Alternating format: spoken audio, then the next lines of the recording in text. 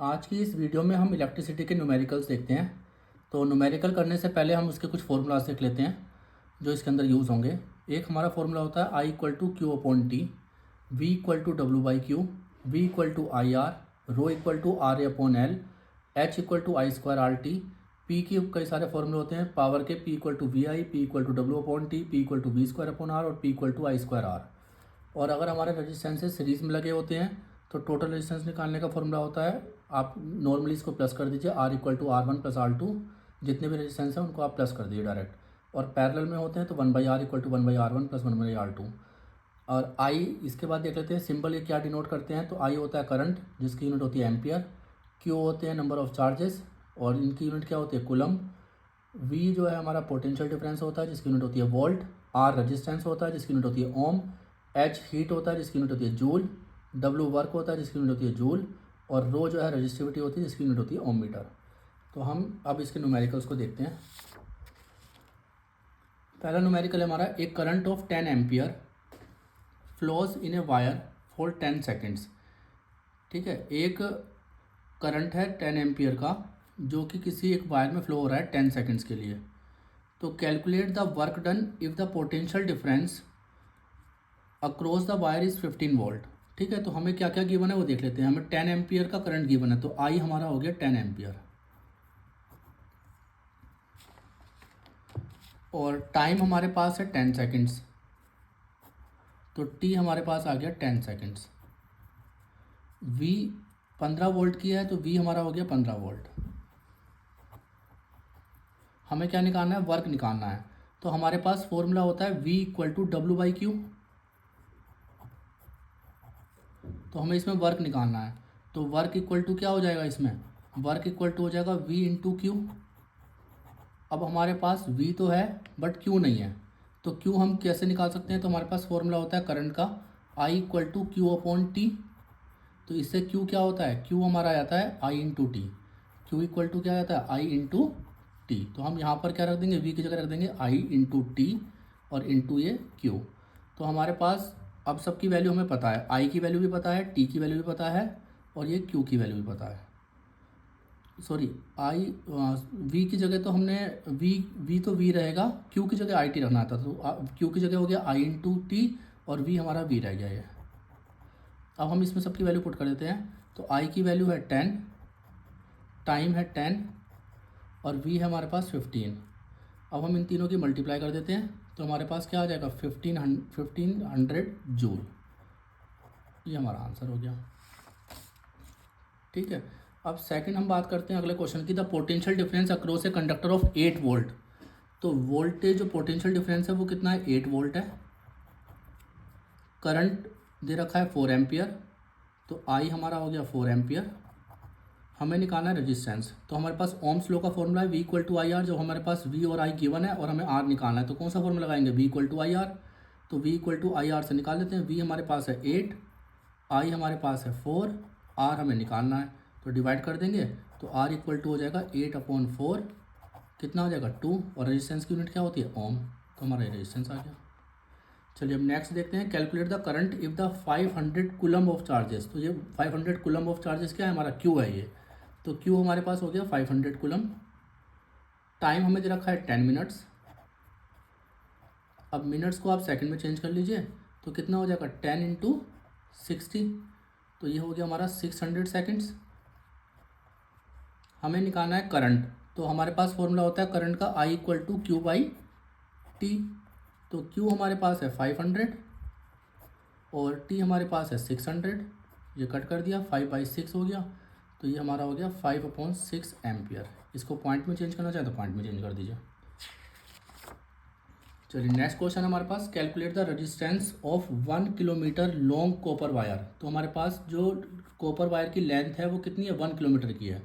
तो L हमारे पास हो गया 1 किलोमीटर। इसको मीटर में चेंज कर लेते हैं तो 1 किलोमीटर में कितने मीटर होते हैं, 1000, या हम इसको ऐसे लिख सकते हैं 10³ मीटर। रेडियस हमें दे रखी है 1 मिलीमीटर, तो R हमारे पास है 1 मिलीमीटर। तो रेडियस हमारे पास 1 मिलीमीटर है तो इसको भी हम चेंज कर लेते हैं मीटर में। तो अगर हमें मिलीमीटर को मीटर में चेंज करना होता है तो 1/1000 करते हैं। 1/1000 का मतलब क्या हो गया, 1/10⁻³ अगर हम इसको ऊपर ले जाएं तो ऐसा कह सकते हैं 10⁻³ मीटर। तो रेडियस हमारी क्या हो गई, 10⁻³ मीटर हमारी रेडियस हो गई। अब और क्या गिवन है हमें, रजिस्टिविटी भी गिवन है। तो रजिस्टिविटी का फॉर्मूला क्या हो, रजिस्टिविटी का सिंबल क्या होता है, रो। तो rho equal to 1.72 into 10⁻⁸ ohm metre, ये हमें गिवन है। हमें निकालना है आर। तो हमारे पास फॉर्मूला होता है रजिस्टिविटी का, rho equal to R A upon L. तो इससे आर कैसे निकल जाएगा, रो एल अपॉन ए। तो आर इक्वल टू हो जाएगा रो एल अपॉन ए। अब रो की वैल्यू हमें ये गिवन है 1.72 इंटू 10⁻⁸। एल की वैल्यू 10⁻³ एरिया क्या करेंगे, एरिया क्या होता है πr²। तो इसको यहाँ पर रख देंगे πr²। तो ये हमारे पास हो जाएगा 1.72 इंटू 10⁻⁸। और जब मल्टीप्लाई होती है तो पावर ऐड हो जाती है, तो 10⁻⁸ मल्टीप्लाई बाई 10⁻³ तो ये हो जाएगा 10⁻⁻8 + 3। पाई की वैल्यू रख दीजिए 3.14। और रेडियस कितनी है हमारे पास, 10⁻³ रेडियस है 10⁻³ तो 10⁻³ क्योंकि r² है तो 2 बार लिख लेंगे 10⁻³ ठीक। अब इसको सोल्व करते हैं, मैं यहाँ पे कर देता हूँ इसको सोल्व। तो देखिए ये हो जाएगा r इक्वल टू 1.72 10⁻⁸ + 3 कितना हो गया 10⁻⁵ अपॉन 3.14 इंटू 10⁻³ और 10⁻³ ये भी ऐड हो जाएंगे। तो -3 में -3 को ऐड करेंगे तो कितना हो जाएगा 10⁻�6।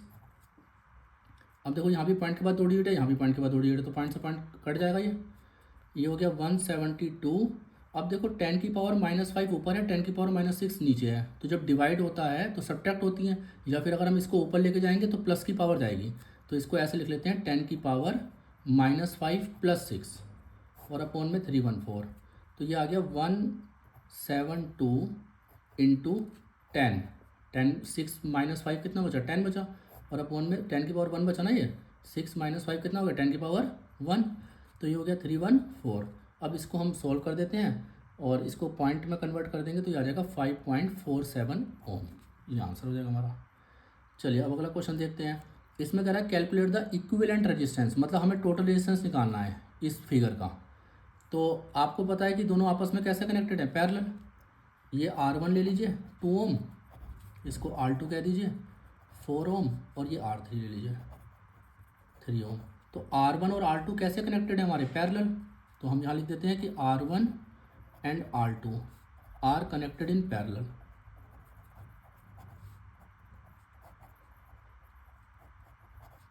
तो पैरेलल का फॉर्मूला क्या होता है, 1/r equal to 1/r1 + 1/r2। क्योंकि पैरेलल कॉम्बिनेशन तो यहाँ पर p लिख लेते हैं यहाँ पर। तो 1/r1 कितना था 2 + 1/4। अब इसमें हमने एलसीएम ले लिया, कितना आ गया 4, 2 2 ज़ा 4, यहाँ 2 आ गया +1। तो ये कितना हो गया हमारा 3/4।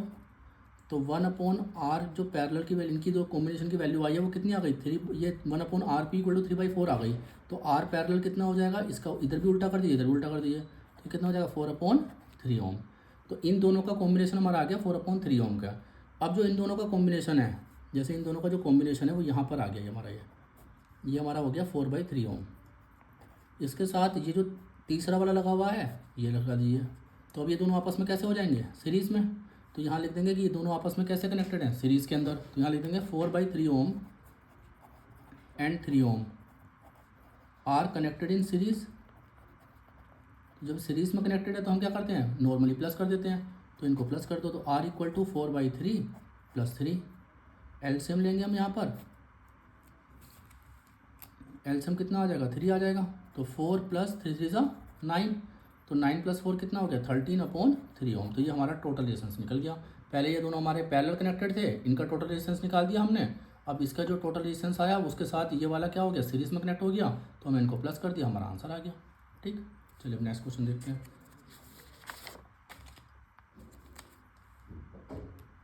देखिए हमारे पास ये फिगर है, इसमें भी हमें कह रहा है कि टोटल रेजिस्टेंस निकालिए।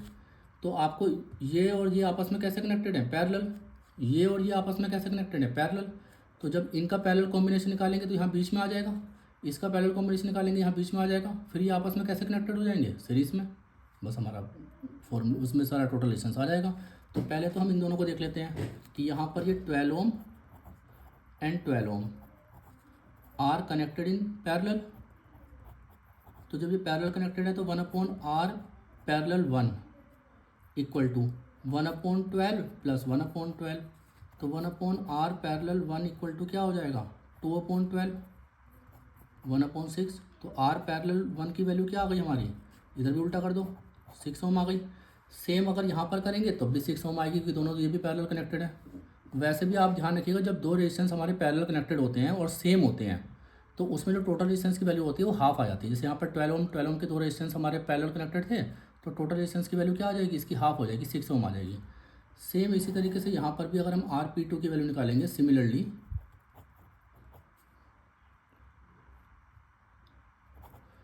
तो Rp2 की वैल्यू भी क्या आ जाएगी हमारी 6 ओम आ जाएगी। अब देखो ये वाला इनकी जो कॉम्बिनेशन की वैल्यू थी वो 6 ओम थी, यहाँ पर आ गई इनका कॉम्बिनेशन बीच में लिख दिया हमने, यहाँ पर ये बना दिया है, ये 6 ओम आ गया। इनका जो कॉम्बिनेशन था वो भी इनके बीच में आ जाएगा यहाँ पर, तो ये भी हमने ऐसे बना दिया, ये भी 6 ओम हो गया। अब ये दोनों आपस में कैसे कनेक्टेड हो गए, सीरीज़ में। तो यहाँ लिखेंगे 6 ohm and 6 ohm are connected in series. तो जब ये सीरीज़ में कनेक्टेड है तो टोटल रेजिस्टेंस क्या होगा, इनको प्लस कर दो, 6 + 6 कितना आ गया 12 ओम। ये हमारा आंसर हो गया। चलिए नेक्स्ट क्वेश्चन देखते हैं। इसमें भी कह रहा है कि calculate the resistance between P and Q. इनके मतलब पूरा इक्विवेलेंट रेजिस्टेंस बताना है इनके बीच में क्या होगा। तो देखिए ये भी कितना आसान है हमारा। तो इसमें क्या है कि आप यहाँ से देखिए कि जो 1 ओम और 2 ओम है ये आपस में सीरीज़ में कनेक्टेड है ये, क्योंकि यहाँ से जो करंट जाएगा वो बिल्कुल सेम करंट यहाँ पर आएगा, या फिर आप इधर से देख लीजिए, अगर इधर से करंट जा रहा है तब भी सेम करंट इसमें जाएगा। तो ये आपस में जब सेम करंट फ्लो करता है रेजिस्टेंस में तो वो सीरीज़ में होते हैं। तो ये 1 ओम और 2 ओम ये आपस में कैसे कनेक्टेड है, सीरीज़ में। तो यहाँ लिख लेते हैं 1 ohm and 2 ohm are in series. तो जब ये सीरीज़ में कनेक्टेड हैं तो इनका टोटल रेजिस्टेंस क्या होगा, आर एस लिख लो इसको, आर एस इक्वल टू 1 + 2 कितना आ गया 3 ओम। अब इन दोनों का टोटल रेजिस्टेंस 3 ओम आ गया, वो यहाँ पर बीच में आ जाएगा इनके यहाँ पर। तो इसकी फिगर को ऐसे बना सकते हैं,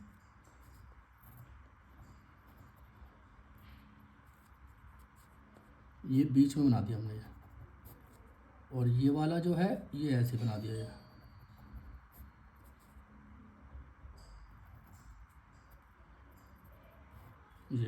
तो इन दोनों का जो कॉम्बिनेशन था 3 ओम वो ये हो गया, ये वाला 3 ओम हमारा ये रहा, ये 4 ओम हो गया और ये 5 ओम हो गया।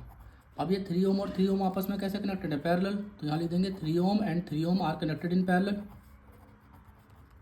तो जब ये पैरेलल कनेक्टेड है तो इनका कॉम्बिनेशन क्या होगा 1/r parallel equal to 1/3 plus 1/3। तो 1/r पैरेलल इक्वल टू क्या हो जाएगा 2/3। रेसिप्रोकल कर दिया तो क्या आ जाएगा 3/2। अब क्या होगा, इनका कॉम्बिनेशन जो है, अब एक फिगर और ड्रॉ कर लेते हैं। यहाँ पर ये 4 ओम था और इन दोनों का कॉम्बिनेशन हमने ये बना दिया, ये वाला ये हो गया 3/2 ओम, ये 4 ओम और ये 5 ओम। अब ये तीनों आपस में कैसे कनेक्टेड हो गए, सीरीज़ के अंदर। अब लिख देते हैं ये 4 ohm 3/2 ohm and 5 ohm are connected in series.